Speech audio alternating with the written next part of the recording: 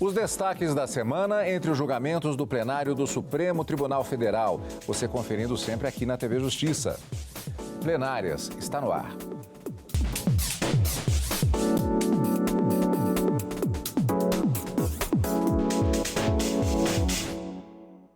Hoje com os principais momentos das sessões dos dias 25 e 26 de outubro de 2023. Karina, essencialmente dois temas em destaque. Um que tem um nome complicado, que eu já vou dizer e você vai traduzir, e o outro a questão da separação como pré-requisito essencial para o divórcio, algo que não faz parte atualmente do sistema jurídico brasileiro, já fez parte e é um questionamento exatamente pela situação atual, você vai explicar para a gente também. Mas vamos com aquele nomezinho complicado? Vamos ver se eu acerto, né? Vamos lá. Alienação fiduciária em contrato de mútuo e a possibilidade de resgate do imóvel por meio de execução extrajudicial. Eu acertei? É isso mesmo, Cadu. Olha só, esse processo, esse recurso extraordinário foi julgado essa semana pelo Supremo Tribunal Federal, mas envolve uma lei que há 26 anos já vem sendo aplicada. Então, muito se diz que essa decisão do Supremo estaria, de uma certa forma, inovando algo no ordenamento jurídico. Não. Tudo isso já acontece há bastante tempo e o Supremo apenas confirmou a validade da regra que prevê a seguinte situação nesses contratos que você disse. Contratos de mútuo com a cláusula da alienação fiduciária. Nada mais é do que um contrato de empréstimo de dinheiro feito pelo banco para a compra de um imóvel. E qual é a situação, o que é essa alienação fiduciária? Quando a gente fala em alienação fiduciária, significa uma venda de confiança, né? Fidúcia, quando a gente fala em fidúcia, a gente fala em confiança. Então, o banco empresta o dinheiro para quem quer comprar o imóvel, mas ele, banco, fica como proprietário deste bem imóvel até que todas as parcelas do financiamento sejam efetivamente quitadas. Quando eu compro esse imóvel financiado, eu estou fazendo justamente esse contrato de mútuo, que é o empréstimo de dinheiro, com alienação fiduciária. A propriedade só se resolve, só vem para mim com a quitação dessa dívida. E se eu deixar de pagar, por exemplo, uma parcela ou várias parcelas, como foi o caso concreto nesse recurso extraordinário julgado pelo Supremo nessa semana? O não pagamento de parcelas significa o descumprimento das regras contratuais.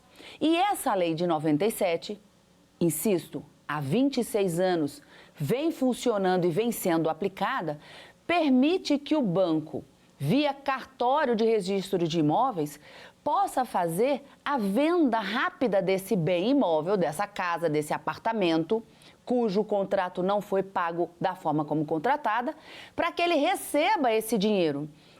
E o que os ministros decidiram? Que essa situação, além de possibilitar novos financiamentos, aquece o mercado imobiliário e, ao contrário do que se alegava, garante com mais efetividade ainda e de forma rápida o direito à moradia previsto na Constituição. Então, o que foi discutido nessa semana foi justamente a confirmação dessa legislação, que é compatível com a Constituição Federal, e o recado dado é: se você tem um contrato de financiamento de um imóvel, não deixe de pagar as parcelas. Por quê? Porque você pode vir a perder esse imóvel caso as parcelas não sejam efetivamente pagas. No caso aqui, especificamente, Karina, eu faço essa pergunta, justamente a questão do execução extrajudicial. Você disse que o banco, no caso, vai ao cartório, ou seja, ele não aciona a justiça. Isso não passa pelo ritual jurídico, pelo encaminhamento para o juiz, que decide depois de ouvir as partes, etc. Direto no cartório já se faz a execução. Nesse caso aqui, Cadu, olha só, o recorrente, ele queria justamente evitar o leilão do imóvel, que ele financiou em mais de 200 prestações e depois da 11ª ele parou de pagar. E aí ele queria evitar que o imóvel fosse vendido, entrou em juízo, perdeu na primeira instância e chegou até o Supremo dizendo: olha, extrajudicialmente pode violar, via cartório, né, sem precisar de uma decisão do juiz, pode violar o meu direito de defesa, contraditório, ampla defesa. E os ministros disseram que absolutamente não, que se houver alguma nulidade nesse procedimento extrajudicial fora, né, do Poder Judiciário, então via cartório de registro de imóveis, ele pode também acionar a Justiça. Então, deixou os ministros, ao julgarem esse caso, por maioria de votos, não foi unânime, mas os que acompanharam o relator, ministro Luiz Fux, entenderam que o acesso à justiça estaria garantido de toda forma, havendo qualquer nulidade, o judiciário pode ser acionado, mas que não haveria qualquer inconstitucionalidade nesta lei e que, portanto, prevê esse ritual, esse procedimento mais rápido para a recuperação do dinheiro em razão do descumprimento deste contrato. Mais uma vez, o nome do contrato? Contrato de mútuo com cláusula de alienação fiduciária do imóvel.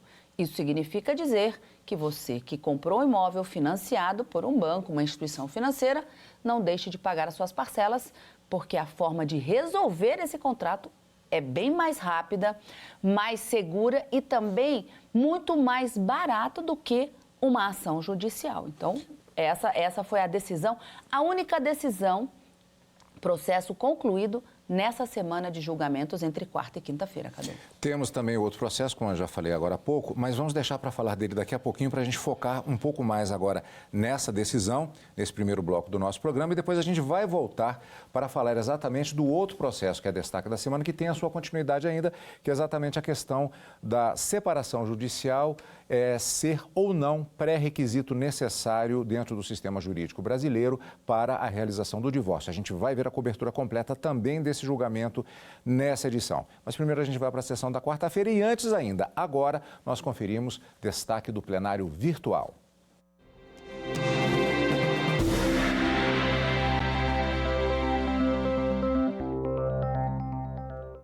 O Supremo Tribunal Federal definiu o alcance de decisão sobre exclusão do ICMS da base de cálculo do PIS/COFINS. A medida não alcança os tributos gerados por fatos anteriores a março de 2017, quando a matéria foi julgada pela Corte. A reportagem é de Evne Araújo. A decisão foi tomada em julgamento de recurso extraordinário no Supremo Tribunal Federal com repercussão geral. Os ministros reafirmaram o entendimento de que não cabe pedido de devolução de valores ou de compensação tributária referente à exclusão do ICMS da base de cálculo do PIS e da COFINS depois de 15 de março de 2017, se o fato gerador do tributo ocorreu antes dessa data. A data diz respeito ao julgamento de mérito de outro recurso, também com repercussão geral, em que o STF decidiu que o ICMS não compõe a base de cálculo para a incidência do PIS e da COFINS. Já em 2021, ao acolher em parte embargos de declaração, ficou definido que essa decisão só teria efeitos a partir do dia do julgamento. Na análise atual, a União questionava a decisão do Tribunal Regional Federal da 5ª Região, que havia considerado que a data de exclusão do tributo seria a do pagamento e não a da origem. O colegiado acompanhou a manifestação da relatora, ministra aposentada Rosa Weber. Em relação ao mérito, a ministra explicou que o recurso questiona a aplicação da tese na hipótese de lançamento, recolhimento ou pagamento de PIS/COFINS com o ICMS na base de cálculo após março de 2017, mas relativo a fato gerador anterior. Segundo Rosa Weber, a análise do acórdão do primeiro julgado não deixa dúvidas de que a tese firmada somente produz efeitos a fatos geradores ocorridos depois dessa data, com ressalva das ações judiciais e procedimentos administrativos protocolados até o período. Ela se manifestou pela reafirmação da jurisprudência da Corte e, no caso concreto, pelo provimento do recurso da União. Reforçando o julgamento do plenário virtual, o voto da ministra Rosa Weber, já aposentada do Supremo Tribunal Federal, ele foi apresentado exatamente antes da aposentadoria no plenário virtual.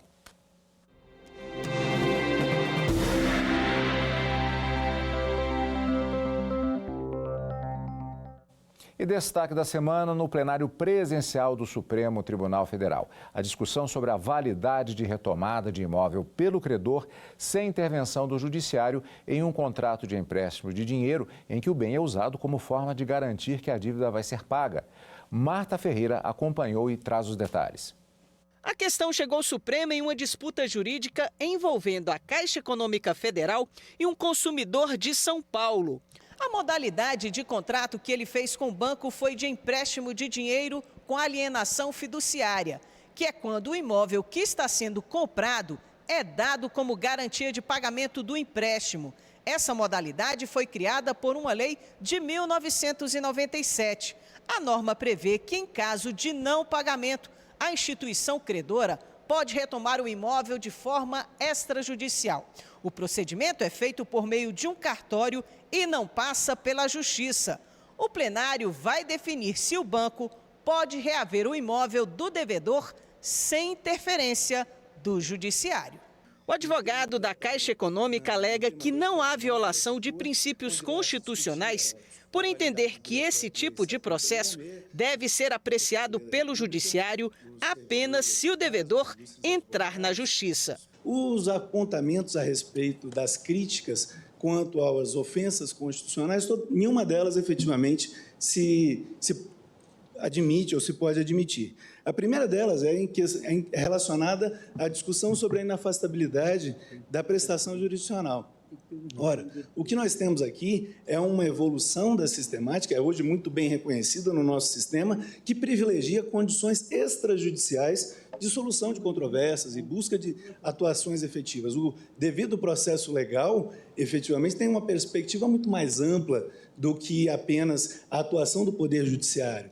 A Federação Brasileira de Bancos, a FEBRABAN, que entrou no processo como colaborador, defendeu a validade dessa modalidade de contrato. A alienação fiduciária realmente permitiu uma verdadeira revolução no mercado de crédito imobiliário brasileiro, com a consequente expansão do setor da construção civil, e dados também oficiais dão conta de que somente nesse setor foram criados entre 2007 e 2013 mais de 1 milhão de novos postos de trabalho. Já o defensor público da União entendeu que o banco não pode tomar imóvel de devedor sem decisão judicial, por haver violação do direito social à moradia. No tempo que me resta, quero fazer referência ao direito social à moradia, que também é importante referir aqui, porque grande parte dos imóveis submetidos à alienação fiduciária, evidentemente, servem de moradia ao devedor fiduciante. E o legislador viola o direito social à moradia quando submete, como neste caso, a execução da garantia real da propriedade fiduciária de imóvel a condições que fragilizam excessivamente a posição do devedor fiduciante de proteção à sua moradia. Assim, é inconstitucional o procedimento estabelecido pelo legislador quando reduz excessivamente os poderes de proteção da moradia frente aos poderes que se destinam a assegurar a propriedade do credor fiduciário. O relator do processo, o ministro Luiz Fux, começou o voto destacando o que aconteceu com o sistema de financiamento da casa própria a partir da criação dessa modalidade de contrato. Ao reduzir tanto o custo quanto à incerteza da possibilidade de obtenção de garantias imobiliárias, a alienação fiduciária permitiu uma verdadeira revolução no mercado imobiliário brasileiro. De 2007 até 2017, o volume de crédito imobiliário cresceu de forma expressiva, saltando o patamar de 2% do PIB para um valor próximo a 10% do PIB. Esse movimento, ao levar ao aumento da demanda por imóveis, permitiu o desenvolvimento do setor de construção civil, que gerou mais de 1 milhão de vagas de trabalho em 2007 e 2013, beneficiando especialmente os trabalhadores menos qualificados. Ao mesmo tempo, a utilização da alienação fiduciária passou de apenas 0,1% dos contratos de financiamento em 2007 para mais de 94% dos contratos em 2017. Assim, Fux votou no sentido da validade da execução extrajudicial nessa modalidade de contrato, por entender que não houve violação do princípio de acesso à justiça e também não viu ofensa ao devido processo legal, ao contraditório ou à ampla defesa. Por todas essas razões, econômicas e socialmente situadas, verifica-se a constitucionalidade da possibilidade de execução extrajudicial de imóvel alienado fiduciariamente, sem que a medida legislativa viole os princípios da inafastabilidade da jurisdição, do acesso à justiça e das demais garantias processuais constitucionais aqui, como foram demonstrados. Em síntese, eu reafirmo a constitucionalidade do procedimento da lei para execução extrajudicial da cláusula de alienação fiduciária em contratos de mútuo. Essa foi apenas uma parte do voto do ministro relator apresentada na sessão plenária da quarta-feira, dia 25. O julgamento retornou na sessão seguinte e é o que nós vamos conferir depois do intervalo aqui no Plenárias.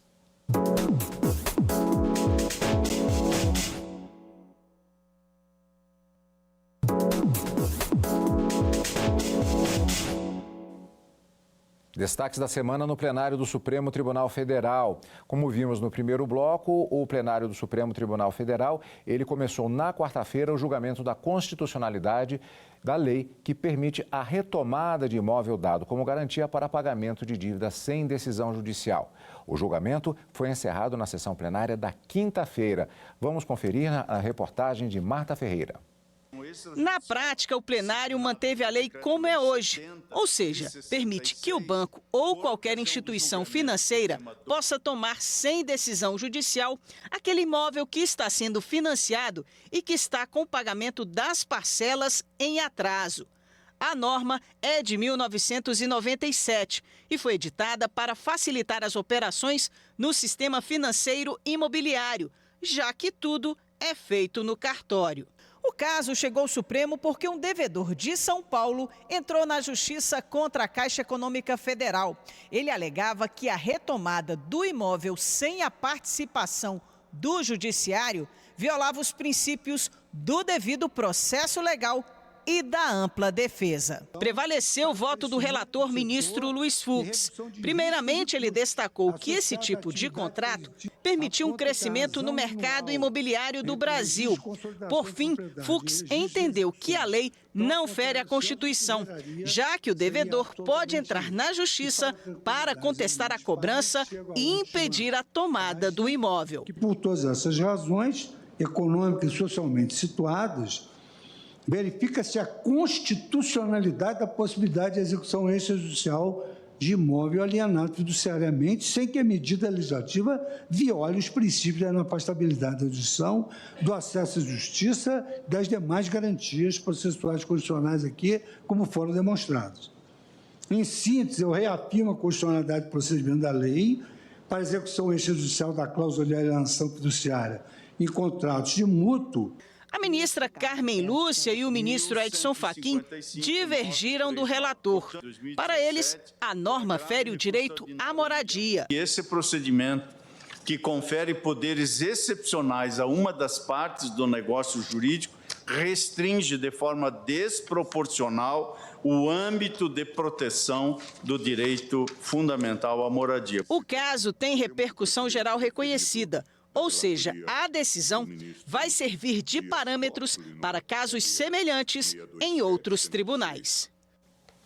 Karina, são duas formas diferentes, como vimos, foi uma decisão por maioria, divergência do ministro Edson Fachin e da ministra Carmen Lúcia. Formas diferentes de se ver a questão da moradia.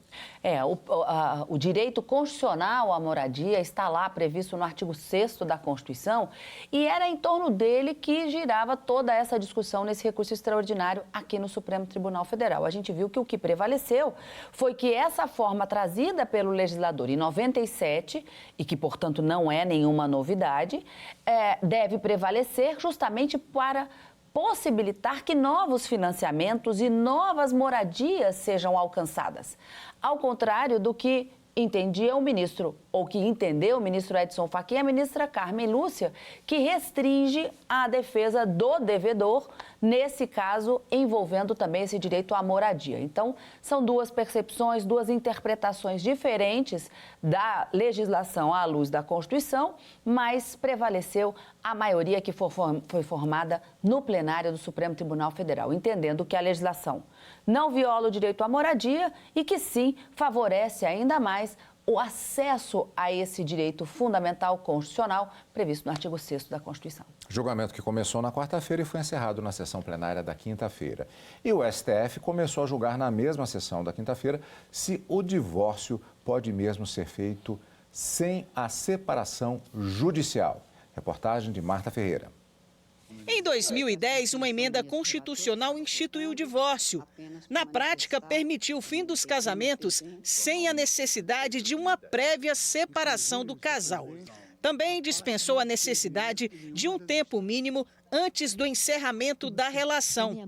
Desde então, a separação prévia não vem sendo exigida. Mas o caso da separação de um casal do Rio de Janeiro veio parar no plenário do Supremo. Uma das partes alegou que o Código Civil não foi atualizado depois da mudança na Constituição e que a exigência da separação judicial antes do divórcio ainda estaria valendo. Antes de votar, os ministros ouviram os argumentos contra e a favor. É por isso que nesta tarde o Supremo Tribunal Federal tem a chance de renovar os votos com compromissos democráticos que orgulham o direito das famílias contemporâneas. O compromisso com a laicidade estatal, o compromisso com o direito potestativo ao divórcio, um direito recentemente conquistado em 2010 nesse país, e o compromisso com a extinção do odioso, potencialmente misógino e perpetuador dos piores conflitos judiciais cíveis, instituto da culpa pelo fim do casamento, que é inerente à ação de separação judicial. A Defasa é a favor da desjudicialização e facilitação do divórcio, mas não abre mão da proteção dos direitos fundamentais e direitos de personalidade, dos deveres conjugais. O juízo deve reconhecer a sua capacidade criativa no direito, ministro Barroso, dentro de um prisma semântico, em resposta às diretrizes constitucionais. Assinalo desde já minha convicção no sentido de que o Instituto da Separação Judicial subsiste no ordenamento jurídico pátrio, mesmo após a promulgação da Emenda Constitucional 66 de 2010, como forma autônoma, na qualidade de modalidade para a dissolução da sociedade conjugal, mantendo, no entanto, o vínculo matrimonial. O relator do processo, o ministro Luiz Fux, votou no sentido de negar provimento ao recurso e estabelecer que a separação judicial não é requisito para o divórcio e que ela não deve existir como instituto autônomo no ordenamento jurídico brasileiro após a emenda constitucional de 2010. Eu concluo que, no quadro delineado e à luz desses princípios que foram assentados, o divórcio direto é hoje a modalidade contemplada na Constituição Federal. Não é necessária antecedência de separação judicial, que, no meu modo de ver, foi expungida da ordem normativa brasileira. O ministro Cristiano Zanin votou com o relator, mas os ministros André Mendonça e Nunes Marques divergiram em parte. O julgamento foi suspenso e será retomado no dia 8 de novembro, com o voto do ministro Alexandre de Moraes. Até já adiantando, portanto, dia 8 de novembro não teremos sessão plenária por conta do feriado do dia 1º e 2 de novembro agora. Então, já é o primeiro item da lista de julgamentos, da pauta de julgamentos já prevista para, repetindo, dia 8 de novembro. Agora, Karina, eu me lembro bem desse tipo de situação que existia até um determinado momento, que era o casal queria se divorciar, ele teria que comprovar. Primeiro fazia a separação judicial, ou então comprovava que já estava separado de fato por um prazo de 2 anos. No primeiro caso, 1 ano seria isso, no caso de separação judicial. Isso está sendo questionado a partir de determinado momento, emenda constitucional. Isso teria sido retirado do sistema legal brasileiro. Só que agora o questionamento dizendo assim, não, isso ainda está valendo. A grande discussão aqui é saber se essa emenda, número 66, datada de 2010, que diz que o divórcio extingue o casamento, se para esse divórcio acontecer, teria sido revogada a separação, tanto judicial ou de fato, como você disse, prevista lá no Código Civil, que é uma legislação que está abaixo da Constituição. Então, a grande discussão é saber se o que a Constituição, o novo texto da Constituição, se ele precisa de uma regulamentação e, portanto, a separação judicial ou, de fato, prevista no Código Civil ainda deveria prevalecer, ou se essa alteração feita na Constituição tem uma aplicabilidade imediata. o que a gente chama de eficácia imediata, autoexecutável, é uma norma autoexecutável, não necessita de regulamentação. Esse foi o entendimento do ministro Luiz Fux, mas não foi o entendimento do ministro André Mendonça e Nunes Marques, que já abriram a divergência. Isso porque, Cadu, antes da emenda, como você disse, havia a possibilidade das partes, dos cônjuges, né, que não queriam mais permanecer casados, pudessem entrar com uma ação em juízo para romper definitivamente esse vínculo conjugal através de uma ação chamada divórcio direto. Então, 2 anos de separados já de fato, ou cada um na sua casa, não queremos mais o casamento, poderia entrar com essa ação diretamente. Ou então, entrada com a separação judicial, uma decisão fazendo suspender aquela relação, 1 ano depois poderia entrar com a conversão de separação judicial em divórcio. Com a emenda 66, disse que o divórcio rompe o vínculo conjugal. Para essa alteração na Constituição, basta para que o casal vá direto, inclusive de forma extrajudicial, para dissolver esse casamento? Ou ainda aqueles institutos da separação judicial de fato prevalecem? Então, a discussão é toda essa. Então, acaba entrando numa discussão sobre essa desjudicialização das demandas, não é? Então, a possibilidade que a gente falou no primeiro bloco da retomada do imóvel em caso de não pagamento das parcelas, isso ser resolvido via cartório de registro de imóveis, é uma forma também de se desafogar o Poder Judiciário e resolver sem uma decisão judicial. O mesmo acontece com o divórcio, que hoje o casal que não quer mais permanecer casado pode, junto com um advogado, desde que não haja conflito na divisão de bens, não tenham filhos menores e seguindo alguns requisitos, podem também ir ao cartório e por escritura pública, veja, nem é uma decisão judicial, por escritura pública no cartório, romper o vínculo conjugal. Mas a discussão envolvendo esse recurso extraordinário também é sobre essa eficácia da norma. Se ela tem aplicação imediata ou se precisa de regulamentação, e aí a discussão, saber se o Instituto da Separação Judicial ainda deveria prevalecer no ordenamento jurídico a partir do que foi trazido pelo legislador com a emenda 66. Então, esse caso ainda nós não temos uma solução. A retomada deverá ser feita, como você disse, no dia 8 de novembro, a partir do voto do ministro Alexandre de Moraes. Vamos aguardar como será, como é que o Supremo vai interpretar essa decisão ou essa emenda à Constituição a partir de 2010. E nós vamos acompanhar, portanto, a edição de hoje fica por aqui. Lembrando que você acompanha o Plenárias também pelo canal da TV e Rádio Justiça no YouTube, pelo Spotify e pela Rádio Justiça. Ou seja, Karina, nós temos encontro marcado, não na próxima semana, já dissemos, tem feriado, mas no dia 8, inclusive com a previsão da retomada desse julgamento logo no início da sessão. Exatamente. Então, no dia 8 e 9, encontro marcado no Direto do Plenário, a partir das 14 horas no Direto do Plenário, mas no nosso final de semana o encontro é aqui no Plenárias. E lembrando que a sessão é transmitida ao vivo no nosso canal do YouTube, que o nosso arroba é @Rádio e TV Justiça. Como sempre, obrigado pela companhia. E continue conosco aqui na TV Justiça.